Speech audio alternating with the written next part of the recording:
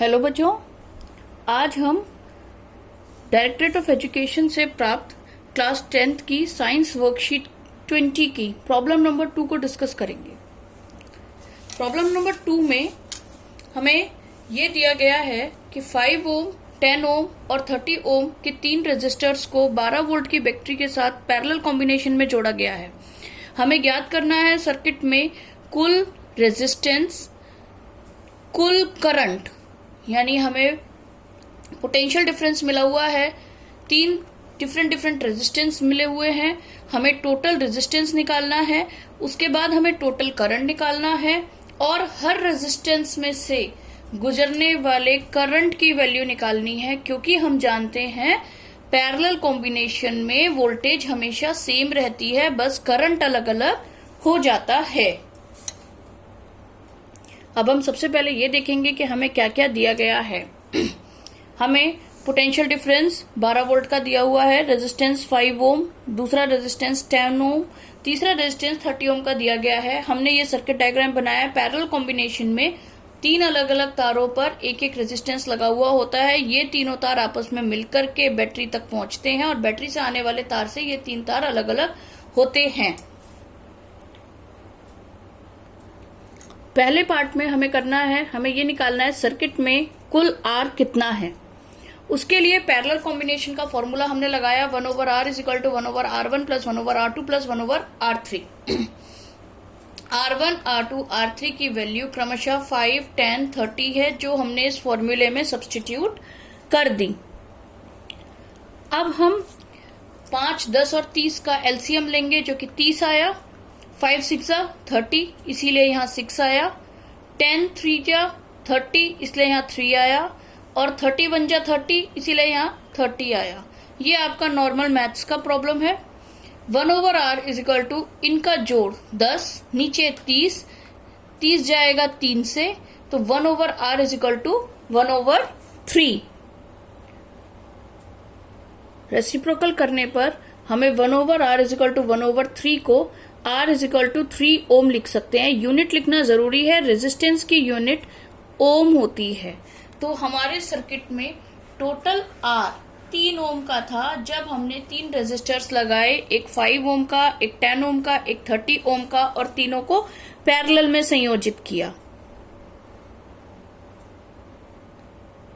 अगले भाग में हमें निकालना है सर्किट में कुल I। V is equal to IR का फॉर्मूला लगाएंगे, यानी कि I is equal to V/R। V की वैल्यू है 12 वोल्ट, R की वैल्यू है 3 ओम। हमें यहाँ पे यूनिट्स भी जरूर लिखनी है, और जब हम I निकालेंगे तो 12 कटेगा 4 से 4 एम्पियर, यानी हमारे पूरे सर्किट में 4 एम्पियर का करंट बह रहा है। तीसरे भाग में हमें प्रत्येक रेजिस्टर से प्रवाहित I के बारे में बताना है। तो सबसे पहले हमने 5 ओम का रेजिस्टर लिया। 5 ओम के रेजिस्टर से कितना I बहता है, उसके लिए हमने I is equal to V/R किया। जहां हमने पूरे सर्किट में से बहने वाले करंट के लिए R, टोटल R लिया था, वहां सेम इसी फॉर्मूले में हम इस पर्टिकुलर रेजिस्टर के रेजिस्टेंस को लेंगे। तो हमारा टोटल वोल्टेज तो है 12 वोल्ट, पर ये जो रेजिस्टर है ये है 5 ओम का, तो यहाँ पे हमने 5 ओम लिखा और इसे सॉल्व करने पर 2.4 एम्पियर आया। यानी कि जिस रेजिस्टर का मान 5 ओम था, यानी रेजिस्टेंस कम था, उसमें से 2.4 एम्पियर करंट बहा। अगली बार हमने 10 ओम रेजिस्टर से प्रवाहित I निकालने के लिए I is equal to V/R का फॉर्मूला लगाया। 12 वोल्ट बटे 10 रेजिस्टेंस, 10 ओम का रेजिस्टेंस, और 12 जाएगा 1.2 एम्पियर से। तो हमें ये समझ में आया कि जैसे ही रेजिस्टेंस थोड़ा सा बढ़ा, बहने वाले करंट की मात्रा घट गई। अंत में हमने 30 ओम रेजिस्टेंस वाले रेजिस्टर को लिया और उसमें से कितनी करंट बही वो निकालने के लिए I is equal to V/R का फॉर्मूला लगाया।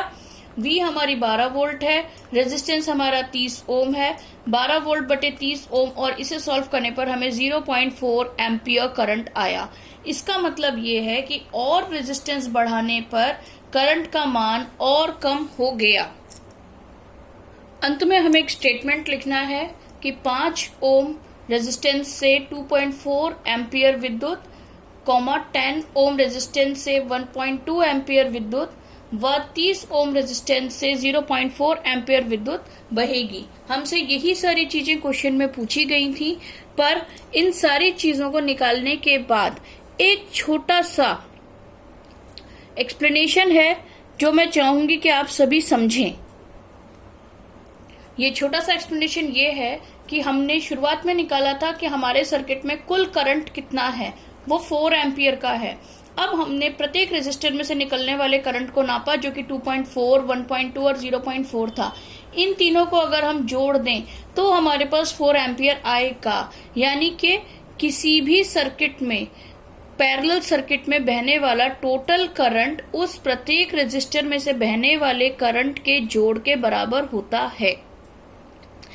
इससे आपकी ये स्टेटमेंट मैंने आपको इसलिए बताया कि अगर आपने ये चीज ऑब्जर्व नहीं करी तो आप फ्यूचर में गलती करेंगे, बट अगर आपको ये चीज पता होगी कि टोटल आई के बराबर ही इसका मान होता है, तो जब आप न्यूमेरिकल करेंगे एग्जाम में तो आप अपना आंसर खुद ही चेक कर सकते हैं कि इन तीनों वैल्यूज को, या और ज्यादा वैल्यूज भी हो सकती हैं, उन्हें जोड़ करके ये देख लें कि वो कुल आई के बराबर है या नहीं। अगर आई के बराबर है तो आपका आंसर सही है, पर अगर आई के बराबर नहीं है तो आपको आपका सॉल्यूशन चेक करने की जरूरत है कि आपने कहीं तो कुछ तो गलती करी है।